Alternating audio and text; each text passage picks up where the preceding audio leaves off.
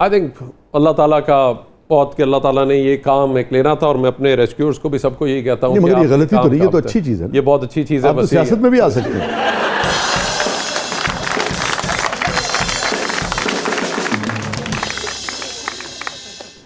सियासत नहीं, I think एक अलग टेम्परामेंट है हमारा, सर्विस का टेम्परामेंट। नहीं, सवाल जैसे इधर उधर आप लेके जाते हैं, आप आ सकते हैं। जो काम करते हैं वो दिल से करते हैं और पूरी लगन के साथ करते हैं, और जब तक वो पूरी सिंसेरिटी के साथ, कमिटमेंट के साथ, डिवोशन डेडिकेशन से ना किया जाए तो तब तक वो नहीं होता। No guilt in life. Okay, happiest moment?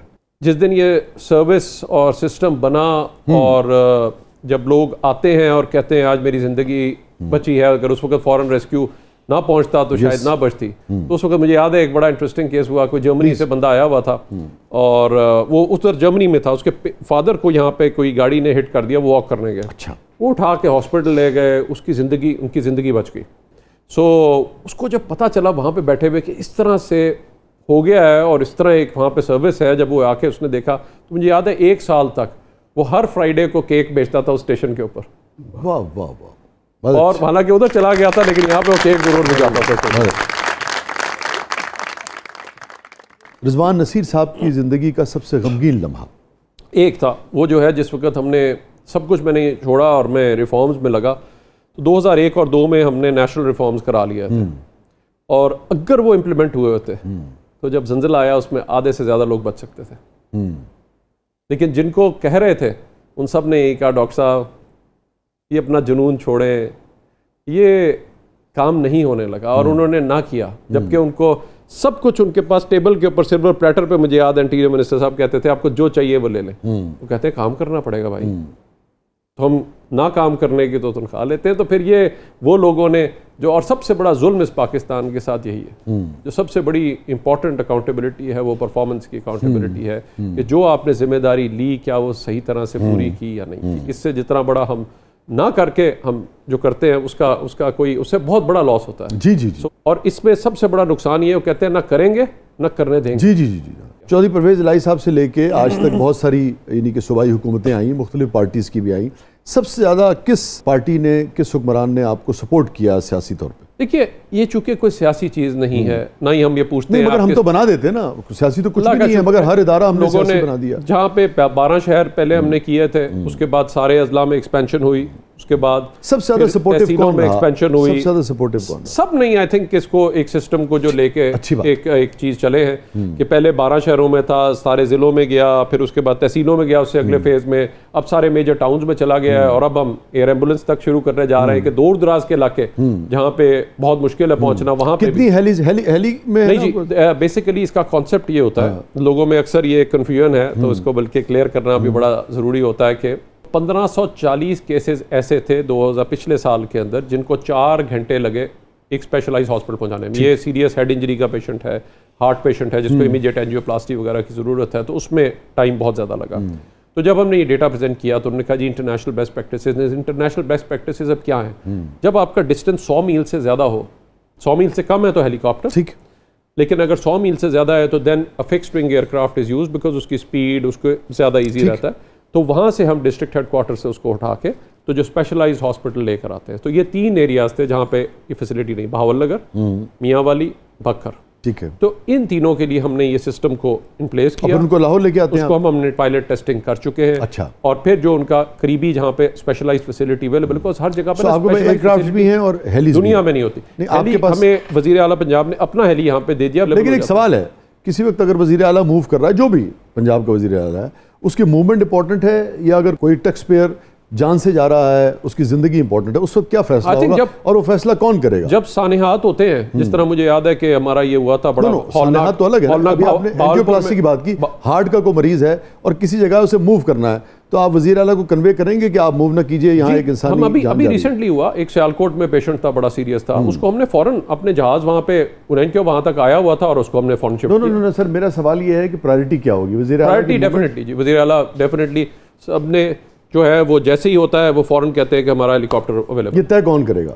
ये वो वहीं पे डिसाइड हो जाता है, वो तय करेंगे, फौरन डिसाइड। ओके, मेमोरेबल मोमेंट आपकी जिंदगी का? पहली बार जब हम ट्रेनिंग कर रहे थे, क्योंकि मैंने खुद स्पोर्ट्स में बहुत शौक था, तो मैं खुद साथ ही तो आता था, हर चीज़ पहले मैं खुद करता था, फिर उसके बाद एक होता था हमारा सबसे वेल बिल्ड, और उसने को 15-15 रोटियां खा लेनी, बहुत वो हैफ्टी नियाजी थे। तो वो जो थे वो उसने, तो उसको हाइट से फोबिया था। अच्छा।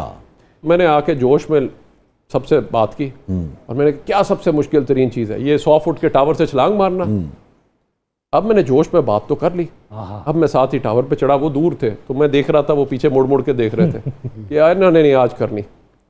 तो अब मैं जब ऊपर चढ़ गया और मैंने नीचे देखा, मैंने कहा ये तो गलती हो गई, जोश में ज़्यादा बोल गया हूँ। तो क्या मुश्किल है 100 फुट के टावर से छलांग मारना? हाँ वाकई भाई काफी मुश्किल है 100 फुट के टावर से छलांग। अब मुझे ये रियलाइज कर चुका था, क्योंकि उनकी हम पहले फियर काउंसलिंग करते हैं, तो उनको थोड़ी लो हाइट से लेके ग्रेजुअली ऊपर हाइट पे लेके जाते हैं, तो ऊपर नहीं जाते। तो जब मैं 100 पे चढ़ गया, ऊपर चला गया टावर पे, तो अब मैंने कहा there is no turning back. खैर मैंने उस दिन जंप किया, सारे अब हैरान थे, लेकिन उस गोड़ियां थे, डॉक्टर ने गोड़े याद आ गए।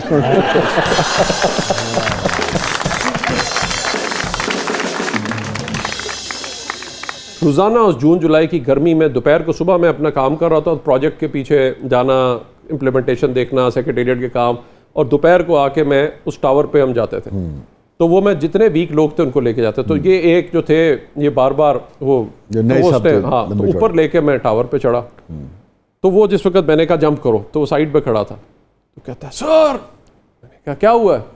कहता है सर देखिए टावर हिल रहा है।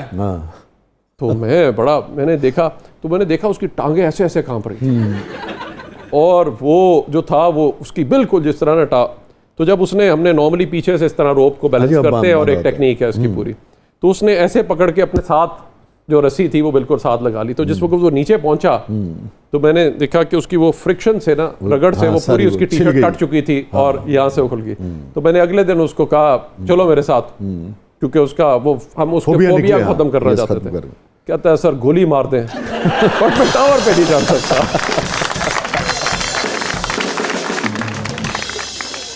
क्या समझते हैं आप, अगेन आप इतने पढ़े लिखे आदमी हैं, एक्सपोजर है, और आप समझते होंगे इस बात को कि इदारे जो हैं पूरी दुनिया में तभी कायम रहते हैं जब उसमें नया ब्लड आता है, नए लोग आते हैं, नए सरबराह आते हैं। बहुत अच्छी बात है आपने अब तक इसे रन किया है, मगर आप समझते हैं कि आपने ऐसी खेप तैयार की है जो रिजवान नसीर के बाद भी उसी तनदेही के साथ, मेरिट के साथ, ईमानदारी के साथ इस इदारे को और आगे लेके जाएगी? अल्लाह का शुक्र है जी। कहाँ हम लाहौर शहर खुद चलाते थे? नो। अब आप समझते हैं कि आपके बाद भी ये इदारा ऐसे चलेगा? आई थिंक सबसे इंपॉर्टेंट चीज़ यही थी, और मेरा सबसे बड़ा जो फोकस है वो ऑफिसर्स के ऊपर है।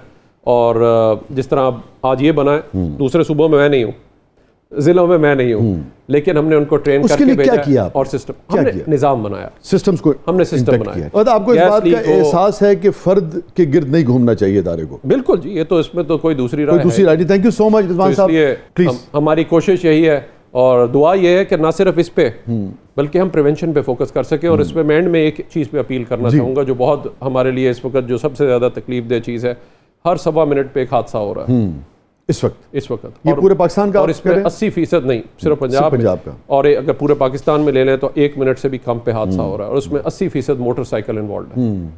और मोटरसाइकिल वाले, मुझे नहीं समझ आती एक चीज़, में बड़ा परेशान होता हूँ, इतनी स्पीड में होते हैं और ऐसे इशारे तोड़ रहे होते हैं, मुझे समझ नहीं होती कि किसको बचाने जा रहे हैं, किसके बचाने जा रहे हैं, और वो हर बार इशारे तोड़ते हैं। मेरी उनसे अपील है कि अगर आपको अपनी ज़िंदगी अजीज़ है, अपनी स्पीड 50 से कम रखें और साइड लेन में चलें। बड़ी बात है, 120 पे जा रहे हैं, जाना भी कहीं नहीं होता।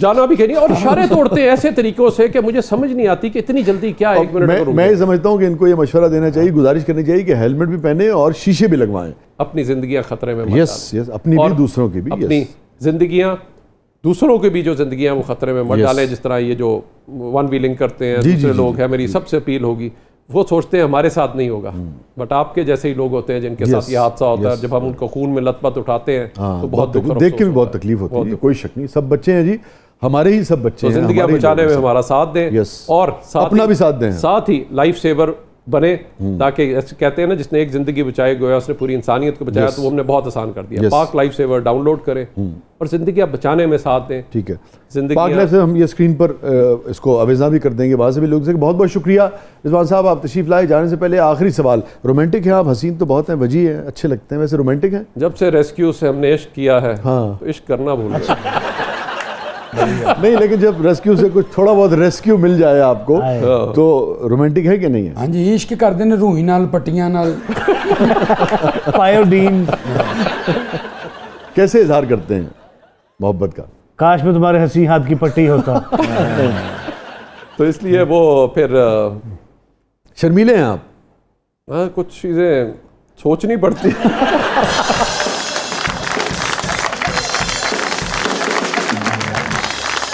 चलिए, अल्लाह ताला आपको खुश रखे जी। बहुत अच्छा लगा आपसे मिलके और अच्छी गुफ्तगू रही। Thank you so much Rizwan साहब, बहुत बहुत शुक्रिया। और बहरहाल ये तो आपका क्रेडिट है कि आपने बहुत कामयाबी से इस इदारे को चलाया है और अल्लाह करे कि जो सिस्टम्स आपने इन प्लेस किए हैं, इंटेक्ट किए हैं, वो इस पाए के हों कि बाद में भी आने वाले जो हैं वो इसको और आगे लेके जा सकें। ये इदारा जो है यकीनन पाकिस्तान के लिए एक मिसाली इदारा है।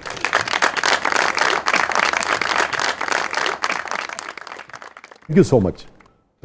खुशी होती है जहाँ अच्छा काम हो रहा हो पाकिस्तान में, और उस अच्छे काम को भी बारीक बीनी से देखते रहना चाहिए। जहाँ इस्लाह की ज़रूरत लगे, जहाँ जायज़ तनकीद हो वो भी करनी चाहिए, मगर जहाँ तौसीफ़ बनती हो वो भी करनी चाहिए। उसी निस्बत से दो शेर मुझे याद आ गए। कलम हो तेग हो तेशा के ढाल मत छीनो, कलम हो तेग हो तेशा के ढाल मत छीनो, कभी किसी से किसी का कमाल मत छीनो। मैं छोड़ सकता नहीं साथ इस्तकामत का, मैं छोड़ सकता नहीं साथ इस्तकामत का, मेरी अजान से जोशे बिलाल मत छीनो। वाह वाह, शुक्रिया, इजाज़त दीजिए।